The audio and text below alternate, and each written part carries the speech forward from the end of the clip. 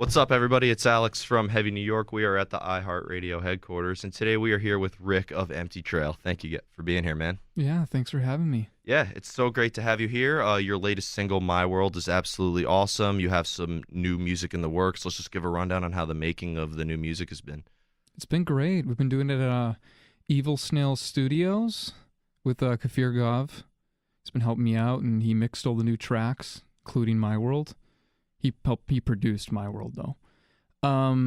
It's been great. I mean, it's been like a different direction for sure, because everything prior to that has been a real, extremely personal endeavor. The live band is kind of originated from when I moved out to Austin. So these new tracks, I believe if you listen to everything in the catalog, you'll hear a different direction. But I'm very happy with it. Okay, so it was a preconceived idea to kind of have the record go off in multiple directions, or it kind of just happened that way? I guess it was just the natural next step and kind of where the music was to where it is now. I mean, I think the music's better. For sure. Awesome. Yeah. Do you consider this like a natural progression from your first record, Bear, or did you kind of want to make something completely different from your first record? I mean, it still sounds like the same thing. I just think it's better in certain ways. So, let me see. There was a lot more thought going into the specific songs in this regard with these new singles. They're all singles. And I think on Bear, all the songs weren't necessarily just singles. So they were kind of just some album cuts. I think all these songs should grab your attention from the get-go and keep it. Awesome. So it's fair to say, because you guys had that real hard rock sound to it that a lot of people really love and gravitate towards. Yeah. Having very heavy songs and then having very melodic songs. Do you feel a different type of emotion or feel a different vibe depending on the, I guess for lack of better words, the level of heaviness that your songs have? Yeah, I mean, I suppose. I mean, I would say. So, are we going to be playing the unreleased tracks? No. Okay, well, one of the unreleased tracks called Every Toll is definitely a higher energy song as opposed to Lost, which is more of a ballad type. So definitely, depending on like the emotion behind the song before it's written, is going to change. Whether it makes sense to be more suitable for something, thrashier, or higher energy, more metal, versus something that's kind of just maybe more basic and meant to be lyrical based. Really pay attention to the singing and the emotion behind just that. Mm-hmm. So, do you need to hear music in order to come up with lyrics, or has there ever been a time where like maybe a lyrical idea determined the music itself? yeah, I can go both ways. I mean, they definitely pair together. So if I hear a certain song and I feel a certain emotion from it and that it gets evoked from me, I mean, words, thoughts are just going to come out of my head and kind of lead the lyrics. That's pretty much what I've done. I don't think I've ever written a song starting from lyrics. Maybe I have. I forget. But yeah, I mean, the same thing, just kind of opposite direction, suppose. It'd work the same way. So It's really cool. And do you like to pass on a certain message or express something from yourself, or do you like to leave maybe the music open to interpretation? I do. Okay, so I do like to keep it open interpretation, specifically because things are subjective. Like, have you ever had a song that you love and then you find out what it's about and you don't relate to that at all? Yeah. And it just totally changes it for you. It's like all of a sudden I can't listen to that song and feel that connection anymore because I know what the singer's singing about.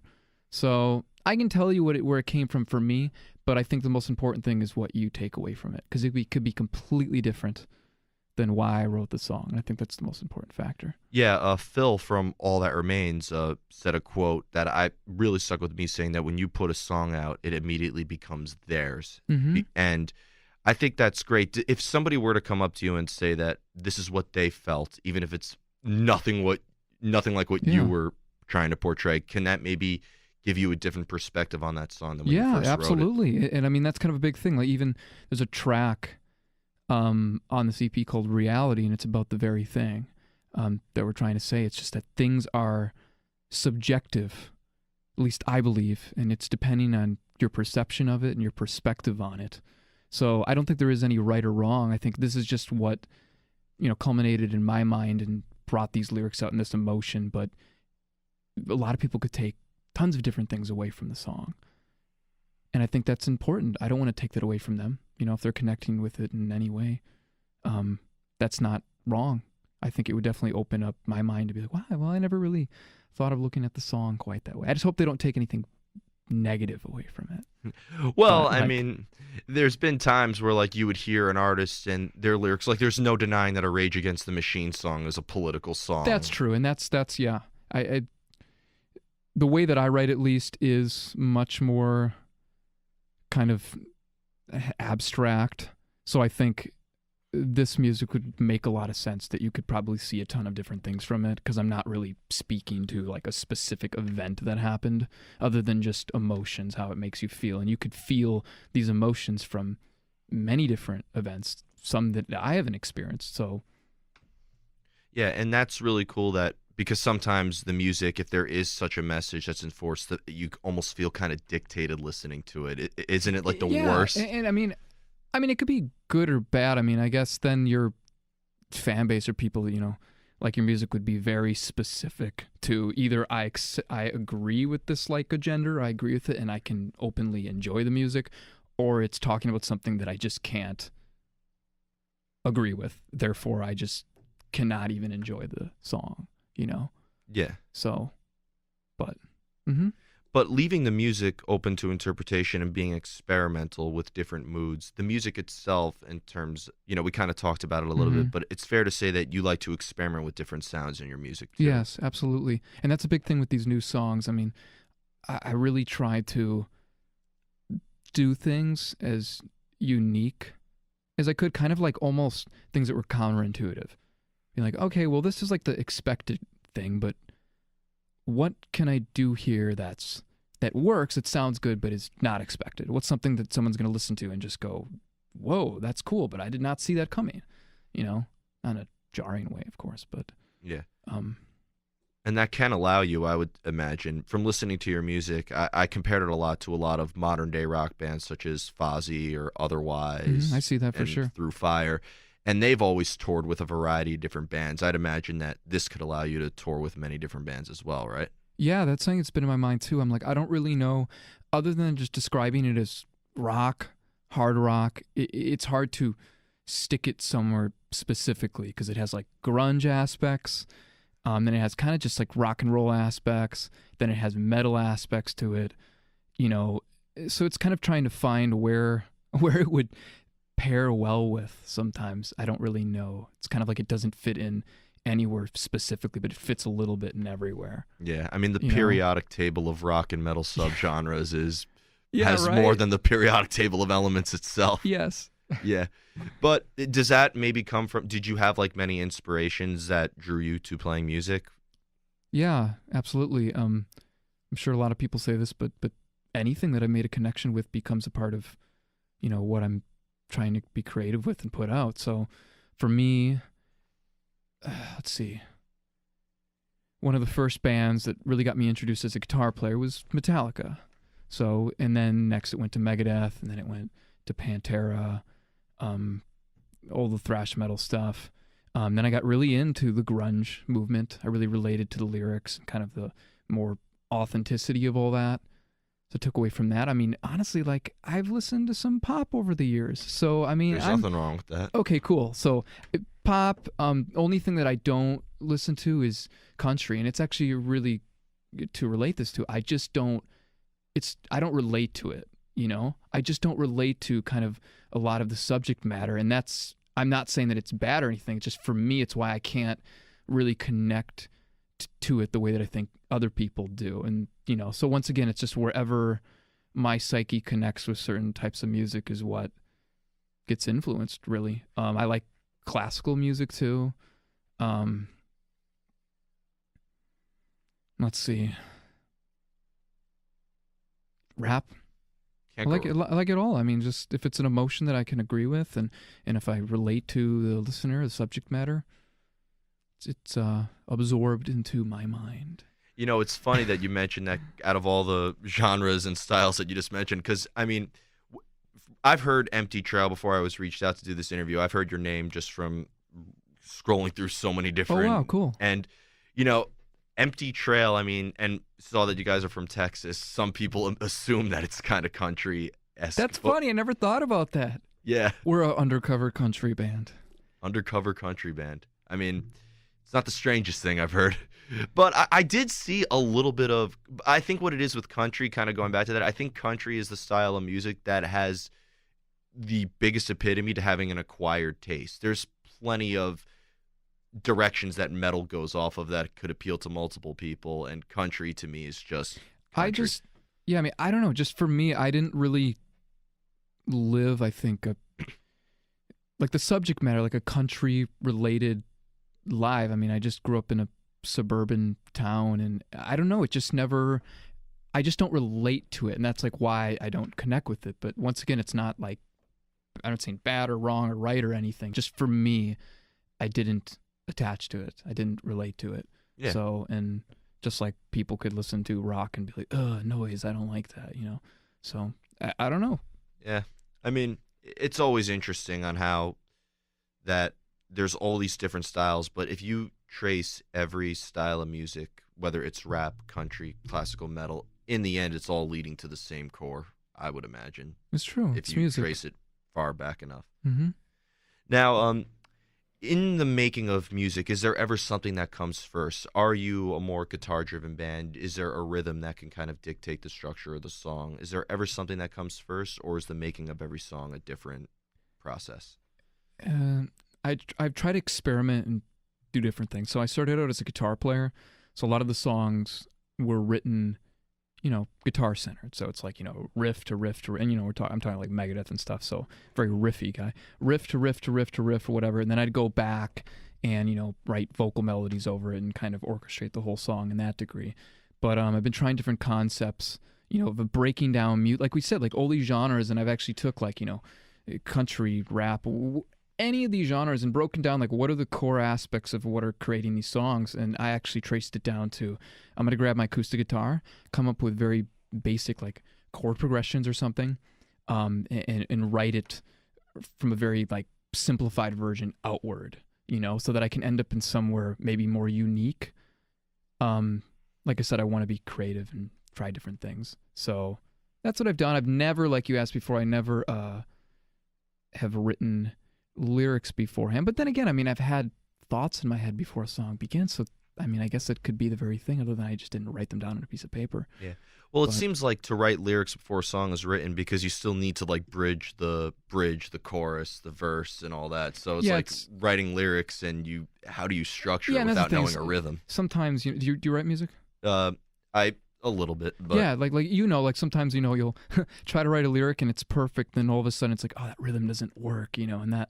So too many syllables. Yeah, so that's like, and then it's like, okay, well, this is kind of saying the same thing. Oh, that works better, So that's why I wouldn't start with lyrics, because I feel like it needs to fit with everything that degree. So depending on what the melody is and the rhythm, it's hard to start with that. Yeah, that's why I think there's so many of those progressive metal bands where their songs are like between 11 and 27 and a half minutes, just so they could just fit everything in there in once. Yeah, maybe. I mean, once again, I mean, it's art, it's subjective, so I don't know. Maybe I'll try that now, see where it takes me. Yeah, you heard it here. Yeah, absolutely. I'll give credit to you. Now, being that you've mentioned that you experiment so much with your music, it's fair to say that with each experiment that you incorporate in your music, it has to open doors to even experiment further, right? Mm-hmm. Like you could just, so there's really no limitations or no boundaries to what you like to do with your music. Yeah. I mean, it's true. I mean, I don't ever want to like, especially depending on the fan base, I don't ever want to like alienate fans and start throwing like, aspects that maybe I don't know. Then again, I mean, it's just, I think that's where innovation happens. When you take things that maybe don't seem like they work and make them work, and then it's like, wow, I've never thought of that. And so once again, I'm always trying to do things that seem not intuitive to do, not straightforward to do, and try to make that work in a unique way. That's honestly what inspires me too, because if you just keep writing the same song, I mean, I think I get why people get upset when an artist all of a sudden, changes their sound, and I maybe have thoughts about that too, especially if you brand yourself in a certain way. But I mean, as the artist, I mean, to keep inspiration up, I mean, you need to try new things, Yeah. So. And you don't want to be pigeonholed. I feel like that's Yeah, no one always... wants to be like trapped in that. They want to keep experimenting and see what they find. I think it's just excitement, and a lot of like exciting aspects in life are just trying new things for the first time. If you do the same thing again and again and again, eventually it's like it doesn't become exciting anymore. It just becomes like part of your life. You know what I mean? Yeah, I feel like if you pigeonhole yourself, you use 1 minute your art was freeing you, but now your art is trapping you. So yeah, absolutely. Then you just kind of become like, but as human beings, we're so much more than one thing, So not that, you can't like create a new project name and like name it something else and then do something completely different. I mean, yeah. I think I was talking to my bass player, Shane Wallen, about this, about Devin Townsend.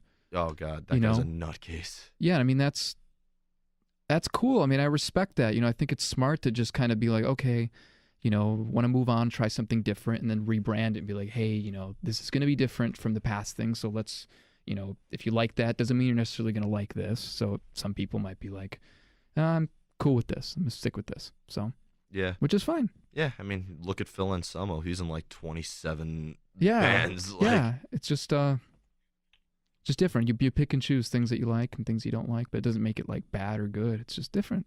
Yeah. I think so. Yeah.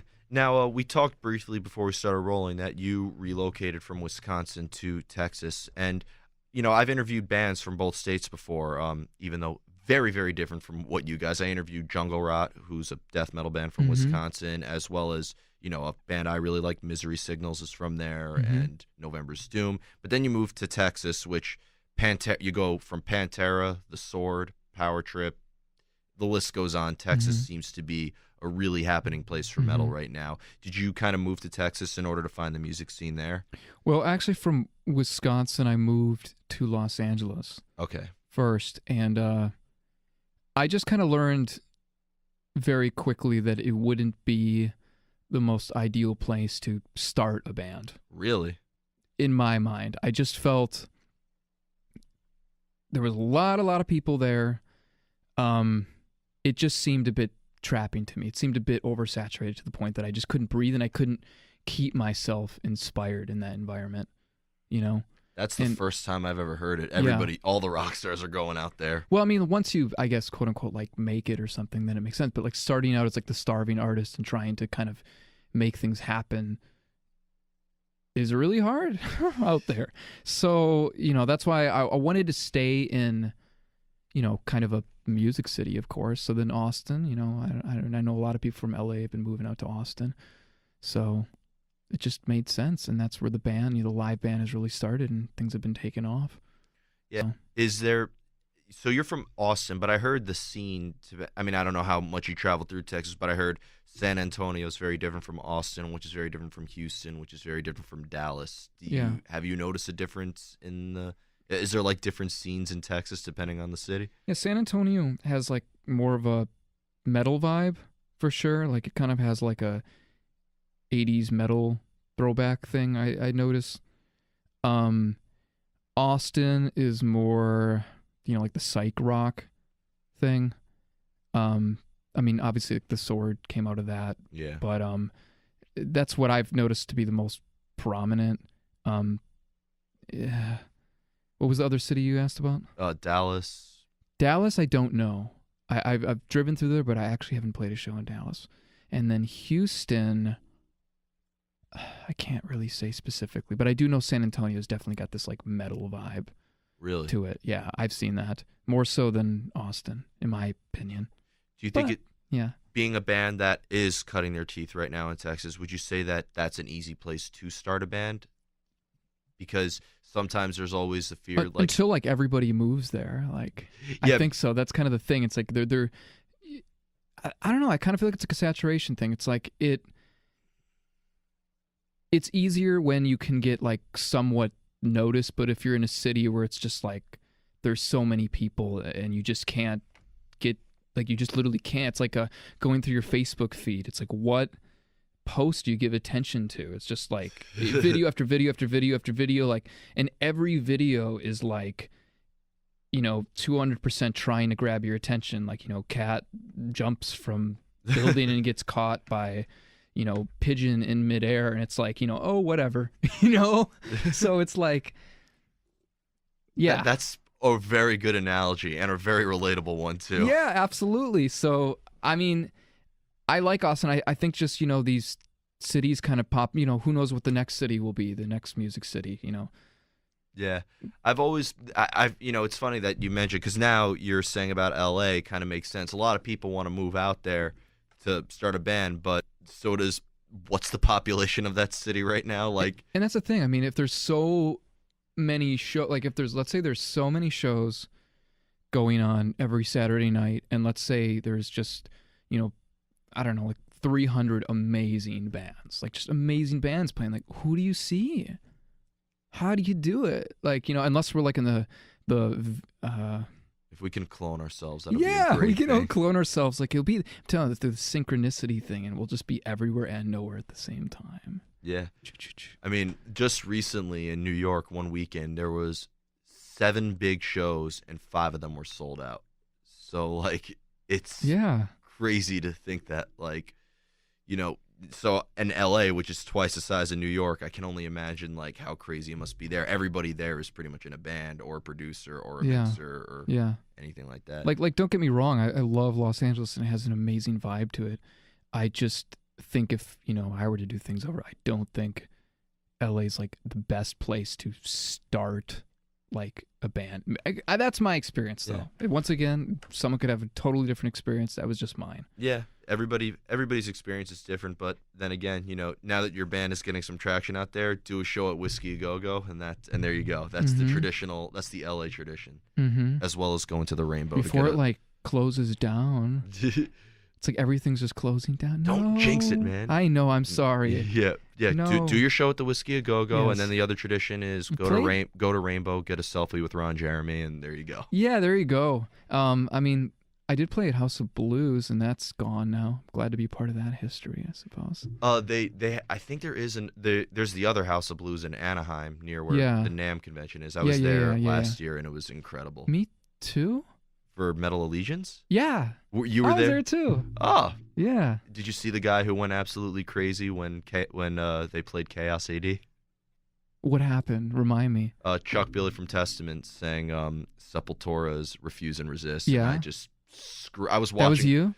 I screamed from the back because... That's where I know you from. See, I've seen your face before. Really? No, I'm just messing. Okay, that was a pretty dark venue, dude. You have pretty good... Do you have night vision? I'm just kidding. That's my humor. Yeah, but no. But that's awesome. Are you going to NAMM this year? Maybe. I don't know. Big maybe. Hopefully I'm not saying no. There. Yeah, absolutely. Yeah. But before we go, I want to thank you so much for your time. Thank you. Congrats with everything. Is there just anything we could be expecting in terms of tours as well as new music and anything else? Yeah, so we're trying to put together a tour. We have a show December 21st. Come and take it live in Austin, Texas, if you're in the area. Working at some more shows as well. A music video in the works for one of the new unreleased songs. And these 4 unreleased songs will be part of an EP that should be released in January. Although you might get a song early for a promotion. 2019 is shaping up to be a good year. Oh, thank you. Yeah. But thank you so much, everybody. We are here with Rick from Empty Trail. Be sure to be on the lookout for new music coming soon. This is Alex from Heavy New York. We'll see you next time.